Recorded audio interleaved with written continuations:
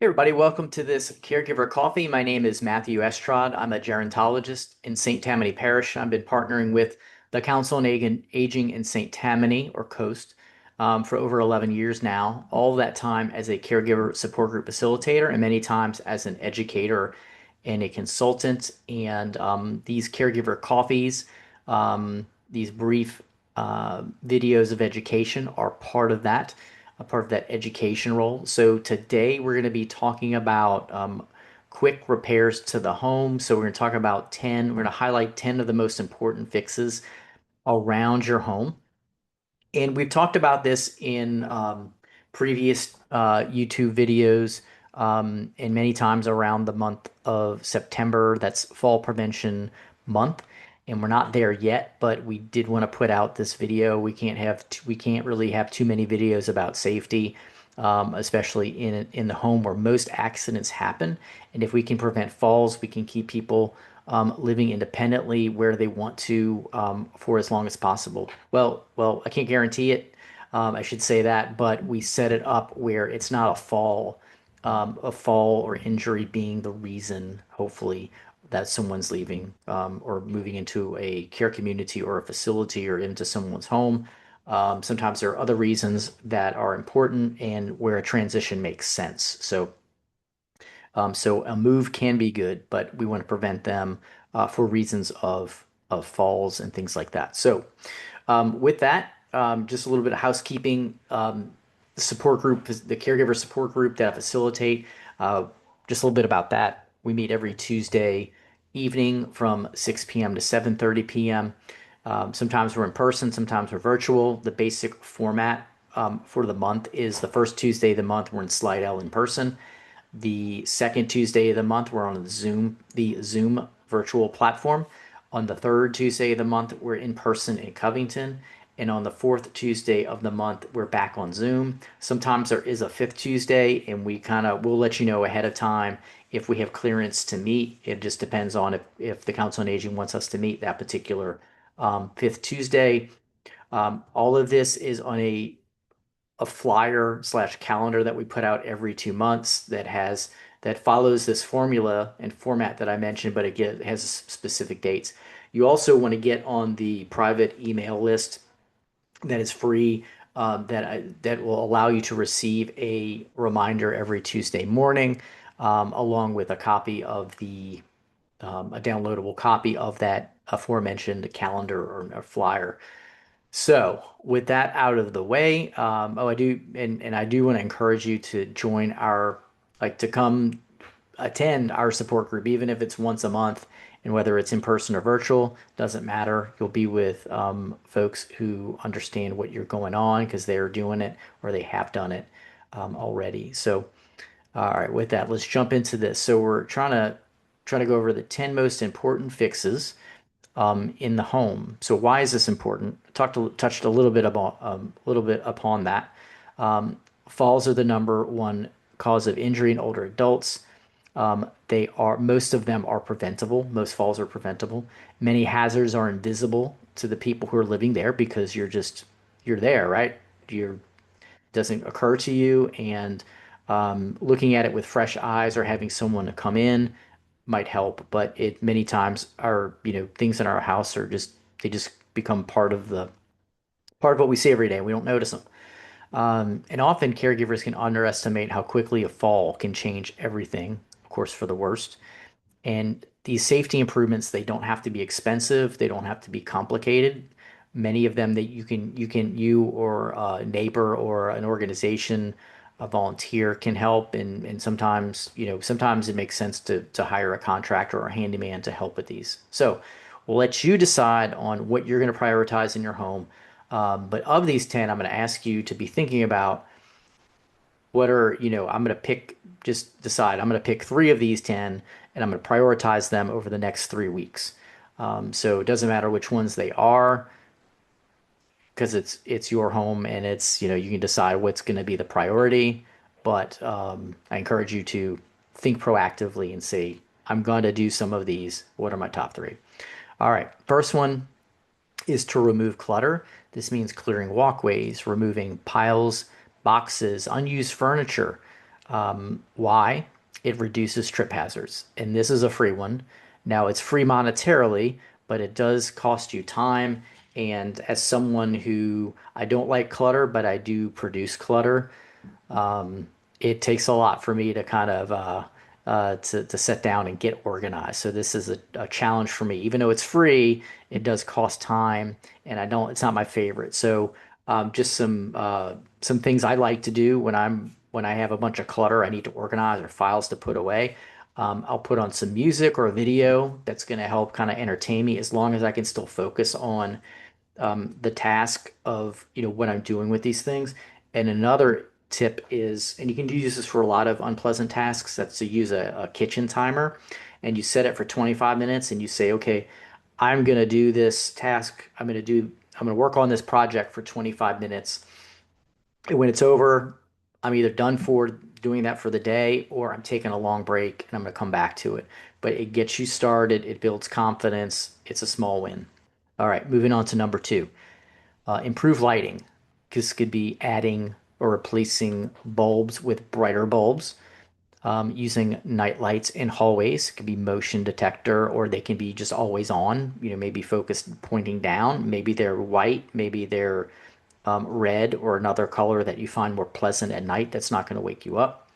The cost is $1 to $10 on these. You can find a lot of cool things at Walmart. You can find things at online. I've experimented with a bunch of these, but night lights are really good. All right, secure rugs. Remove loose rugs entirely, or add a non-slip backing to them. And that backing could be a roll that just sits on top, sits between the floor and the rug, or it can be a sticky tape, like a carpet tape that is on the ground. Number four, grab bars. Install these near the toilet, near the shower, near steps.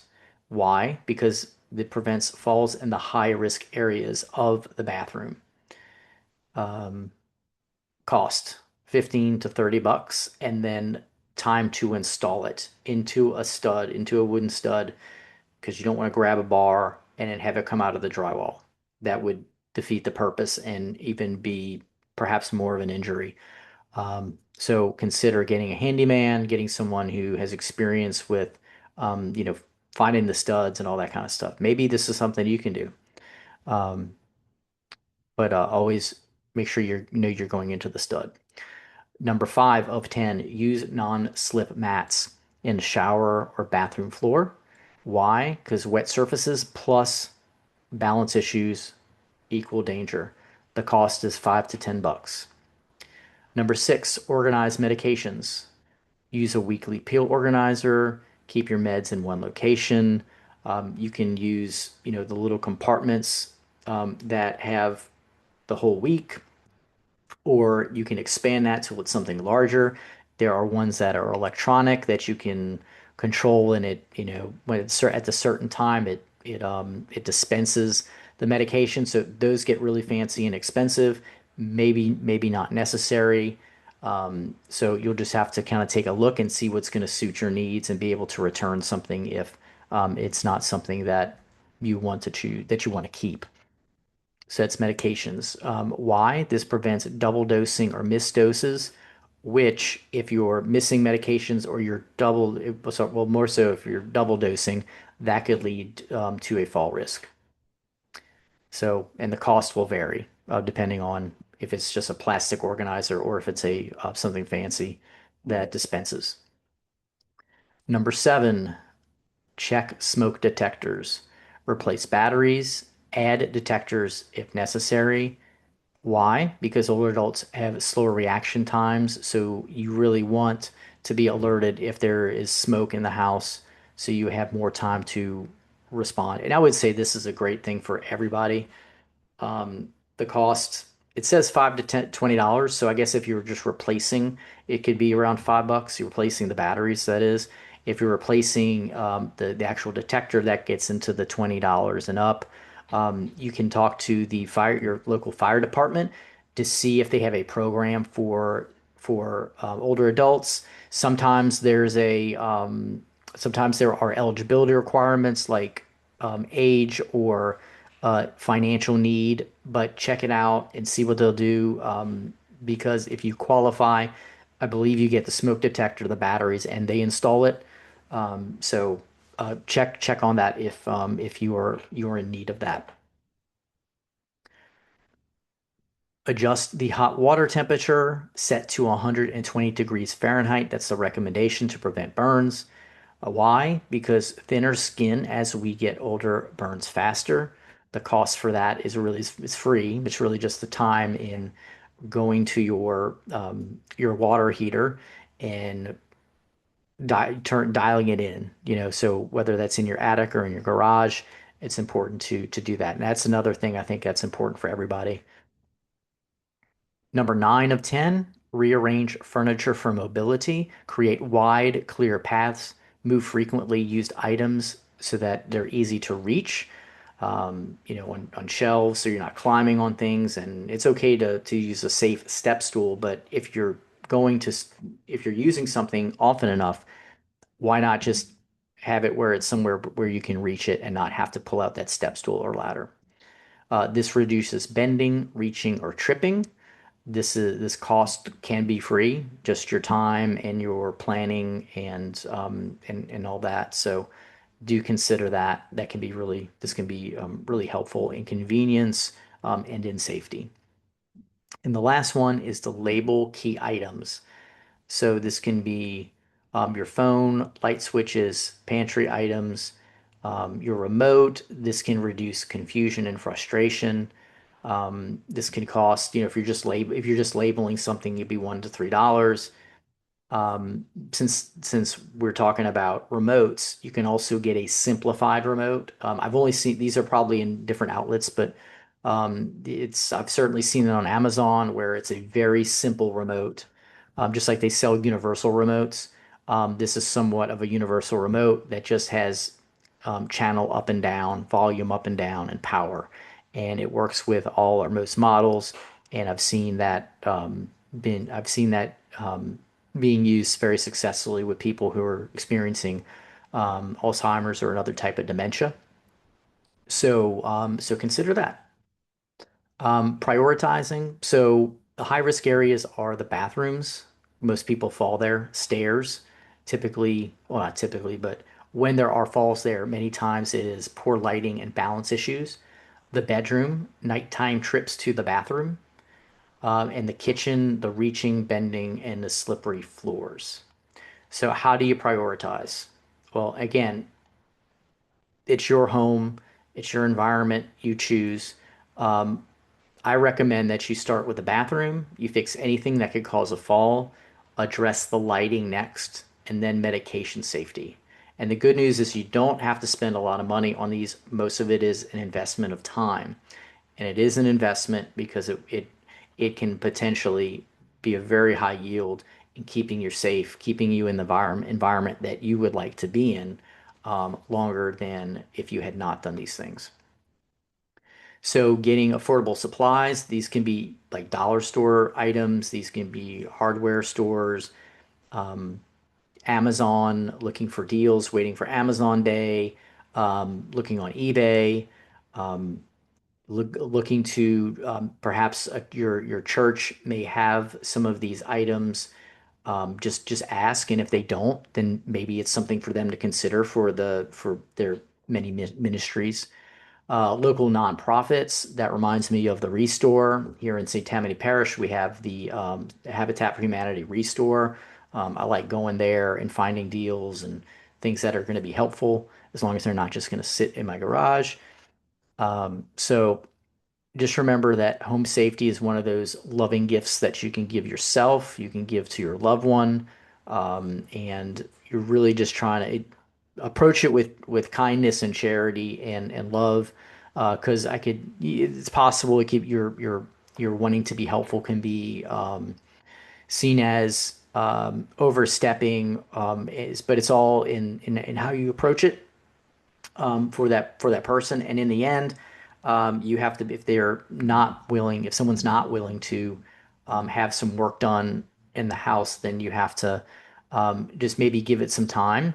not forget about it, but just give them some time to think about it, in hopes that you can eventually do that by planting the seed, letting some time pass, addressing it again, and just but you definitely have to balance that with risk. If something is absolutely dangerous, then you just have to, I encourage you to find a way to do it, but with minimal disruption to that relationship.